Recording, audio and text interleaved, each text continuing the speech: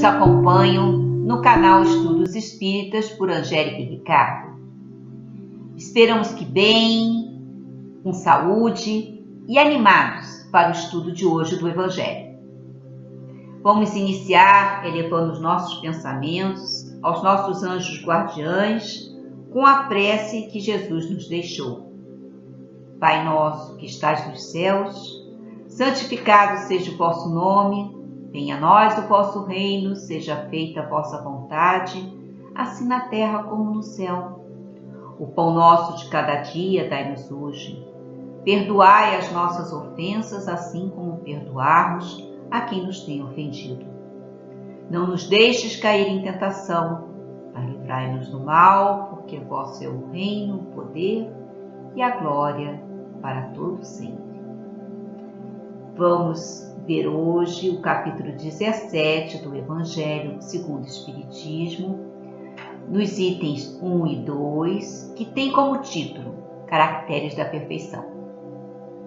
E começa dizendo: Amai aos vossos inimigos, fazei o bem àqueles que vos odeiam e orai por aqueles que vos perseguem e vos caluniam.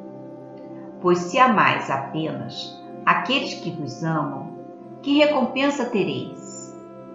Os publicanos não o fazem também? Se apenas saudardes vossos irmãos, o que fazei mais que os outros? Os pagãos não o fazem também? Sedes perfeitos como vosso Pai Celestial é perfeito. Essas palavras estão contidas no Evangelho de Mateus, capítulo 5, itens 44, 46 a 48. Visto que Deus possui a perfeição infinita em todas as coisas, essa máxima, sedes perfeitos como vosso Pai Celestial é perfeito, tomada ao pé da letra, pressuporia a possibilidade de se atingir a perfeição absoluta. É necessário, portanto, entender por essas palavras que Jesus falava de uma perfeição relativa, aquela que a humanidade é capaz de atingir e que faz mais próxima da divindade. Allan Kardec acrescenta nesse trecho: Sedes perfeitos como vosso Pai é perfeito, torna-se à luz da doutrina espírita, uma referência para o crescimento espiritual visando vidas futuras. A partir do conceito de perfeição relativa, podemos compreender a máxima do Cristo e nos pôr a caminho para concretizá-la em nossas vidas. Em que consiste essa perfeição? Jesus disse amar os seus inimigos, fazer o bem àqueles que nos odeiam e orar por aqueles que nos perseguem e caluniam. Ele mostra com isso que a essência da perfeição é a caridade, na sua ampla acepção, pois ela implica na prática de todas as outras virtudes. O Allan Kardec comenta ainda: o paradigma da perfeição da doutrina espírita está unido ao paradigma da caridade. Estas duas instâncias no mundo dos valores espíritas são faces da mesma moeda. Moeda preciosa que percorre a senda do progresso espiritual. A essência da perfeição é a caridade. Com efeito, ao observar os resultados de todos os vícios, e mesmo dos simples defeitos, se reconhecerá que não há um só que altere e não altere mais ou menos o sentimento da caridade. Pois todos têm um princípio no orgulho e na vaidade, que lhes são a negação. E isso porque tudo supervaloriza o sentimento da personalidade, destrói ou afasta a alma da verdadeira caridade, que são a beneficência, a indulgência, a abnegação e o devotamento. O amor ao próximo, levado ao amor aos inimigos, é sempre um indício de maior ou menor superioridade moral, de onde resulta o grau de perfeição que está na razão direta da extensão desse amor. A questão 886 nos fala: qual é o verdadeiro sentido da palavra caridade, tal como entendia Jesus? E a resposta dos espíritos foi: benevolência para com todos, indulgência para as imperfeições dos outros e perdão das ofensas. O amor e a caridade são complemento da lei de justiça, pois amar ao próximo é lhe fazer todo o bem que está em nosso poder de fazer e que gostaríamos que nos fosse feito a nós mesmos. Esse é o sentido das palavras de Jesus. Amai uns aos outros como irmãos. A caridade, segundo Jesus, não se restringe à esmola.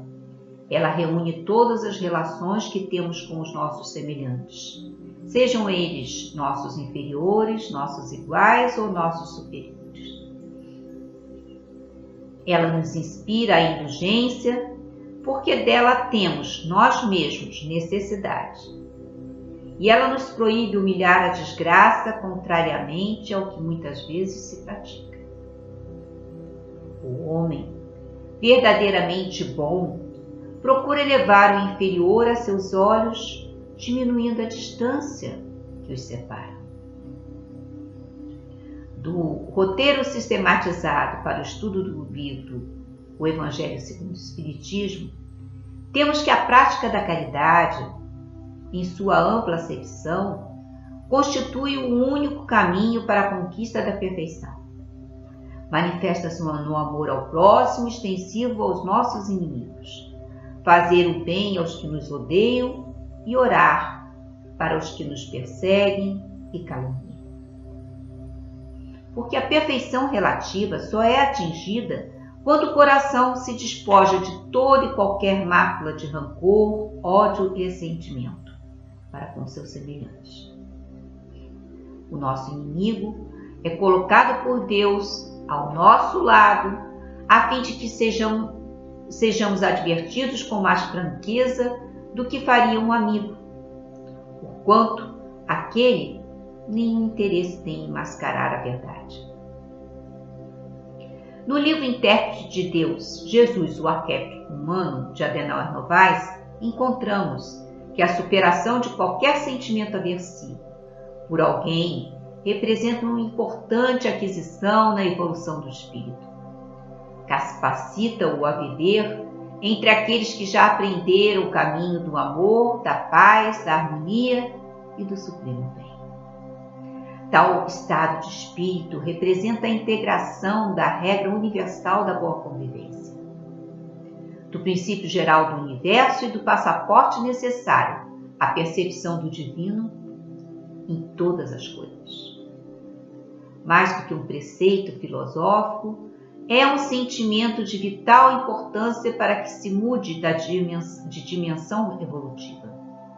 Sem essa aquisição, o espírito permanecerá na dimensão em que tem de lidar com ingratidões, agressões, sofrimentos e com perseguições, num grande desgaste de energia.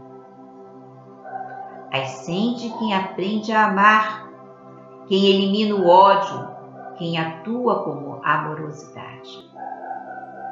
Amar os inimigos é compreender o humano em suas limitações, além de desejar seu progresso em todos os níveis. Amar o inimigo é a humildade de quem reconhece sua própria inferioridade interior sem projetá-la no outro. Apenas quem nos ama, amar apenas quem nos ama, é amar o amor e não a pessoa. Ama-se então o fato de ser amado, ama-se o amor do outro e não o outro. Amar quem nos ama é uma forma de gratidão. Mesmo sendo o retorno do que se recebe, é uma maneira mais comum de aprender-se a construir a capacidade de sentir amor. Quando uma pessoa de fato ama alguém, vibra em sintonia com o Criador da vida, ampliando sua capacidade criativa e desenvolvendo habilidades emocionais e cognitivas superiores. Quando se ama alguém, Diluem-se mágoas endereçadas às outras pessoas que antes incomodavam sutilmente, contribuindo para o equilíbrio psíquico. A vibração do amor promove uma alquimia interna que dilui emoções primitivas transformadas em desejos de agressão e de destruição de outro. Funciona como uma espécie de diluente para aquilo que cristalizou como um veneno na mente da pessoa. É um antipoluente, o amor. A abertura para o povo, para o novo, é um dos capítulos deste livro, nos fala: se saudardes somente os irmãos, os nossos irmãos, que fazei demais. Não faz os pagãos o mesmo? Saudar é cumprimentar, dando atenção a alguém e tratando com consideração. É um gesto que promove a igualdade entre pessoas. Saudar alguém que não conhecemos significa incluí-lo no rol daqueles que podem fazer parte de nossas relações interpessoais.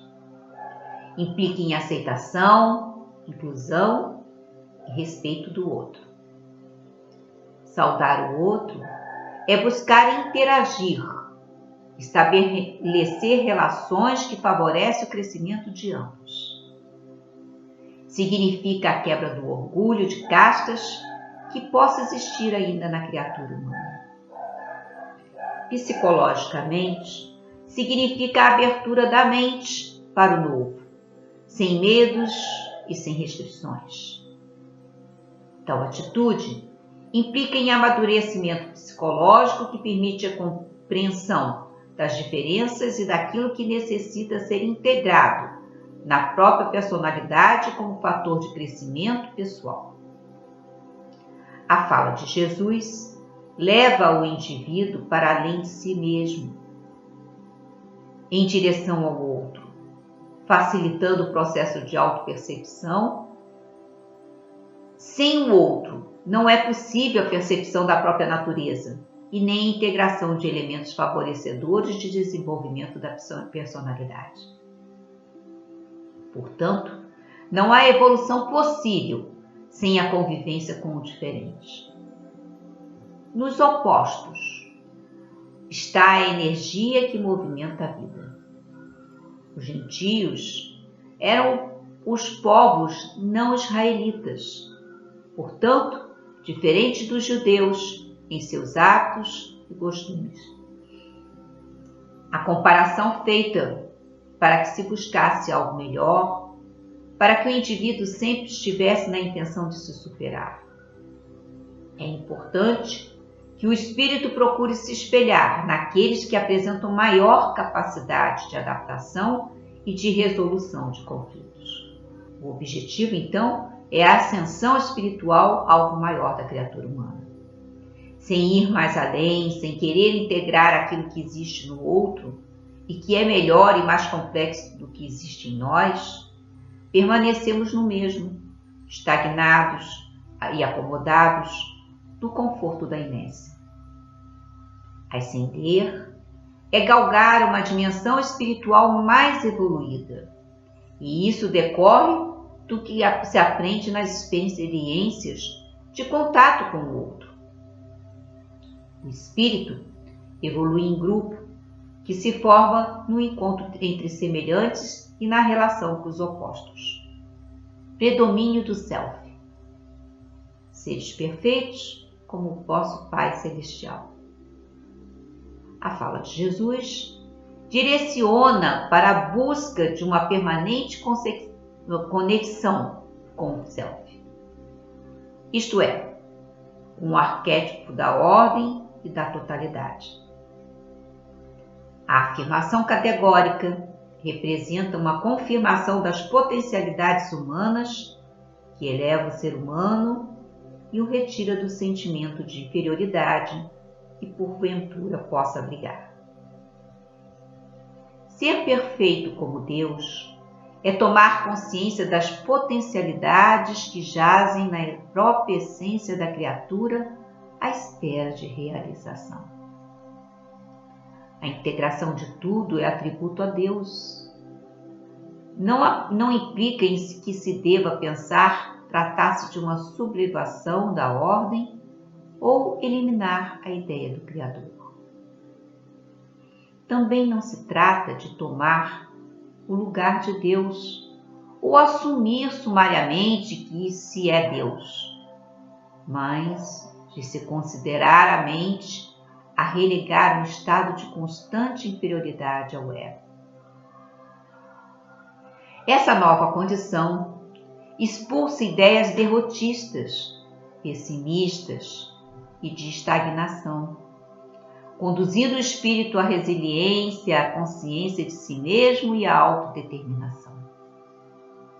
É importante salientar que o ser humano lida com a ideia de que faz a respeito de Deus do que com o que de fato ele é.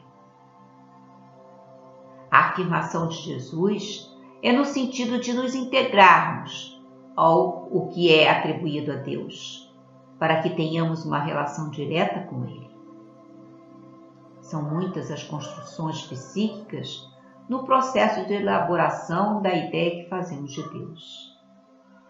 A proposta é redirecionar gradativamente o que foi construído como atributos divinos, para que possa ser absorvido naturalmente pelo ego. Quando o próprio ser humano se sente incapaz de assumir aqueles atributos, o processo será mais difícil, levando-o ao fundamentalismo religioso e à inércia espiritual. Só quando compreende que ele próprio criou um sistema que o aprisiona na sacralização absurda e perigosa, é que se liberta para que alcance a iluminação. Agora, vamos fazer uma vibração pelo nosso planeta para que se torne uma morada de regeneração de sentimentos e de pensamentos. Vamos vibrar pela paz, pelo desenvolvimento dos sentimentos de amorosidade, de fraternidade, de solidariedade. Vamos vibrar pelos nossos governantes, pela nossa comunidade. Vamos vibrar pelos vários segmentos religiosos, pelas casas espíritas, pela nossa casa espírita. Vamos vibrar pelos hospitais, presídios, abrigos e todos os locais onde haja brigas, fome e todo sofrimento extremo. Vamos vibrar pelos nossos amigos, parentes e por aqueles que têm algo contra nós. Vamos vibrar, vamos pedir licença para vibrar por nós mesmos e deixar uma vibração para onde ela se faz mais necessária. Vamos agradecer aos bons espíritos que nos permitiram estar aqui hoje nesse estudo. Vamos agradecer a Jesus que nos alerta a necessidade de estarmos abertos para o novo, que sempre nos traz aprendizado. Vamos agradecer ao Pai Maior, que sempre vela por nós, torcendo pela nossa evolução e nossa felicidade. Obrigada a você que nos acompanha neste canal.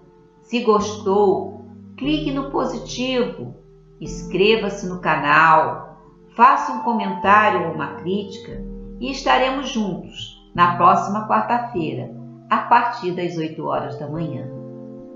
Obrigado e muita paz.